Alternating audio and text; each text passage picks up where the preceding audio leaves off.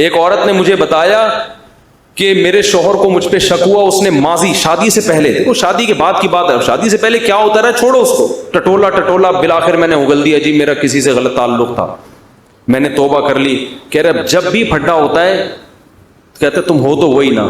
میں نے کہا غلطی آپ کی ہے.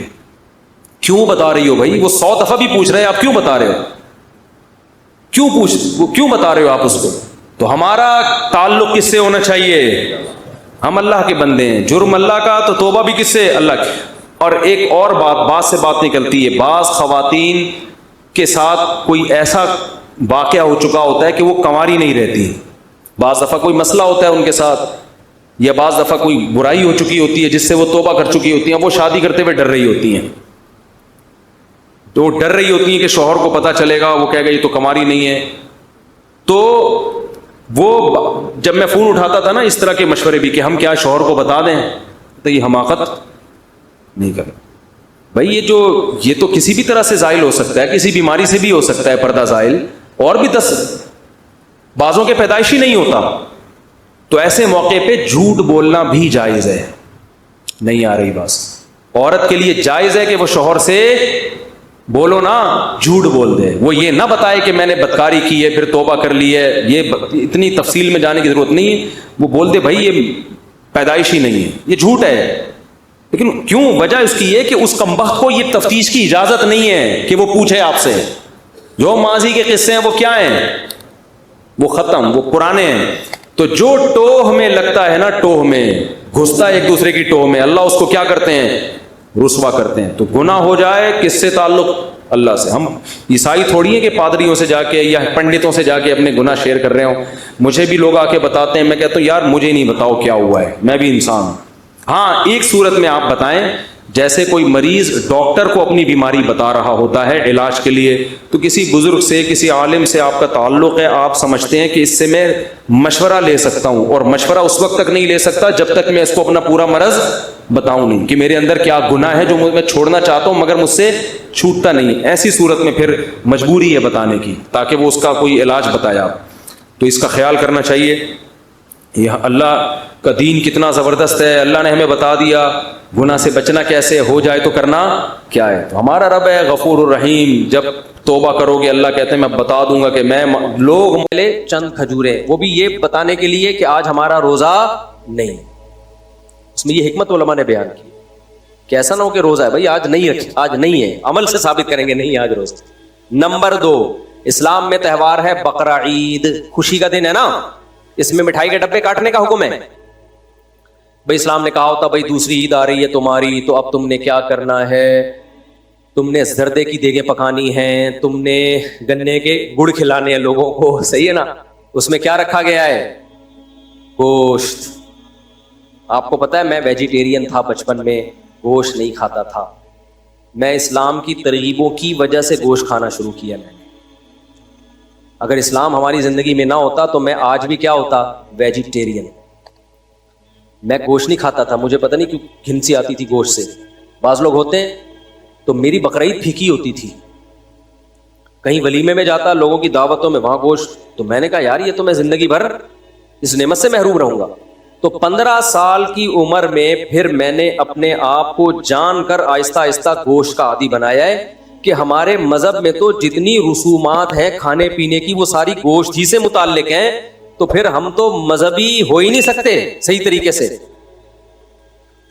اب بقرعید میں بھی ہم کھچڑی کھا رہے ہوتے تھے بیٹھ کے, یہ تو عجیب سا لگتا تھا, ہمیں سارے دنیا گوشت کھا رہی ہے, ہم کیا کھا رہے ہیں؟ کھچڑی. تو میں نے پھر اپنے آپ کو عادی بنایا ہے. تو اس کا مطلب اسلام نے مجھے کیا بنایا ہے؟ گوشت خور. سمجھتے ہو کہ نہیں سمجھتے ہو؟ مجھے گوشت خور بنانے والا کون ہے؟ اسلام ہے. اگر اسلام میں مٹھائیاں ہوتی نا تو آج میں مٹھائی خور ہوتا, گوشت خور نہ ہوتا. اور میں پھر پتہ یہاں آپ کے سامنے بیٹھا ہوا ہوتا 4 آدمیوں کے برابر ہوتا. میرے لیے ایک الگ سے بنایا جاتا ہے یہاں تک, اور میں کم ہوتا, یعنی اس میں میں کم ہوتا اور میرا جسہ زیادہ ہوتا, میری باڈی زیادہ ہوتی اس میں. تو ایک بقرعید ہے اسلام میں, اس میں بھی کیا ہے؟ بولو گوشت. تیسری خوشی شادی, یہ بھی خوشی کا دن ہے. اس میں ولیمہ ہے. نبی نے فرمایا اولم ولو بشاتن, ولیمہ کرو اگرچہ ایک بکرا کاٹتے ہی کیوں نہ ہو. تو وہاں بھی کیا کھلایا جا رہا ہے؟ گوشت. مٹھائی کے ڈبے بولو نہیں ہے, حلوے مانڈے نہیں ہے. اور چوتھی خوشی انسان کو ہوتی ہے بچے کی پیدائش پر. فیملی پلاننگ والوں کو تو بالکل بھی خوشی نہیں ہوتی. وہ کہتے ہیں یہ کیا ہو گیا, آبادی بڑھ رہی ہے اور وسائل بڑھتے چلے جا رہے ہیں, لیکن اسلام کہتا ہے ان کی باتوں میں مت آؤ. کسی انسان کے لیے اللہ کی طرف سے اولاد سے بڑا گفٹ کوئی بھی نہیں ہے. یہ اولاد ٹینشن نہیں ہے, بلکہ اللہ کی طرف سے کیا ہے, تحفہ ہے, ہبہ ہے. یہب لمن یشاء اناسا, جس کو چاہتا ہوں بیٹیاں گفٹ میں دیتا ہوں. اگر یہ پینلٹی ہوتی تو اللہ اس کے لیے گفٹ کا لفظ استعمال نہ کرتا.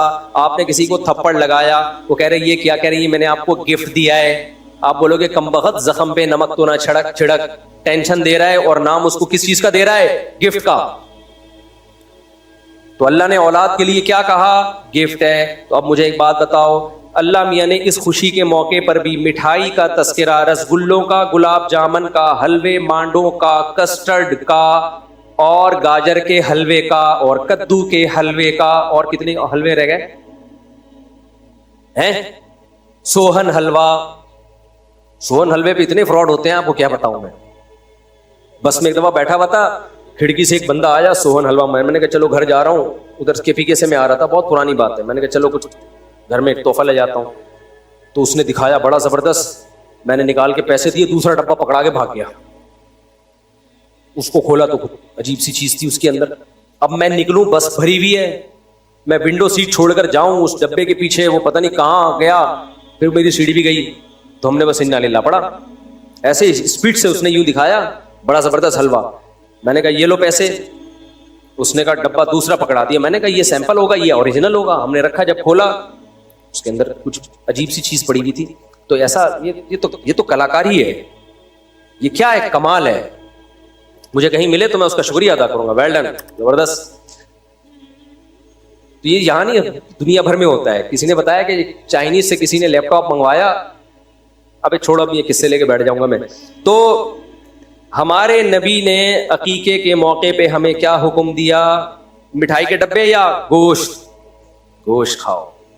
اپنے بچوں کو چاکلیٹوں کے اور مٹھائی کے ڈبوں کا عادی مت بناؤ, یہ سست بنیں گے. گوشت کھلاؤ تو کیا بنیں گے, چست. سمجھتے ہو, گوشت کھلاؤ تو کیا بنیں گے, چست. میں یہ نہیں کہہ رہا کہ سبزی کھانا چھوڑ دیں, وہ بھی کھائیں, لیکن یہ جو نیچرل میٹھا بھی کھاؤ. آپ کھجورے کھا لو, انجیر کھا لو, کشمش کھا لو اپنے خرچے پہ. ایسی چیزیں مت کھاؤ جس سے آپ خود مٹھائی کا ڈبہ بن جاؤ. تھوڑے دنوں خود کیا بن جاؤ آپ, اس سے آپ کے اندر سستی پیدا ہوگی. میں جو اپنے واقعات سناتا ہوں, شو مارنا قطعاً نیت نہیں ہوتی, موٹیویشن کے لیے انسان اپنے واقعات بھی سنا سکتا ہے. دیکھو آپ کو میں ایک عجیب بات بتاؤں, 20-25 سال پرانی بات بتا رہا ہوں آپ کو میں, بلکہ اس سے بھی زیادہ. میں نے 20-25 سال سے شربت نہیں پیا ہوگا, شاید ایک آدھ دفعہ کبھی پی لیا ہو, بہت زیادہ 2-4 دفعہ پی لیا ہوگا. یہ جو شربت نہیں ہوتا چینی کے شربت, چاہے وہ روح افزا ہو, چاہے وہ نورس ہو, چاہے وہ کوئی اور شربت ہو, چینی والا کوئی بھی شربت,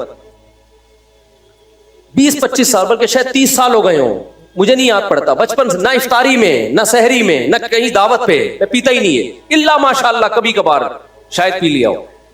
کیوں, کیا مجھے اتنی عقل تھی, میں نے کیا یوٹیوب پہ کلپ دیکھے تھے, مجھے تو ظاہر ہے کچھ بھی نہیں. بچپن میں انسان کو کیا پتا ہوتا ہے. مجھے یاد ہے میں نے ایک دفعہ افطاری میں شربت پیا تو مجھے محسوس ہوئی سستی.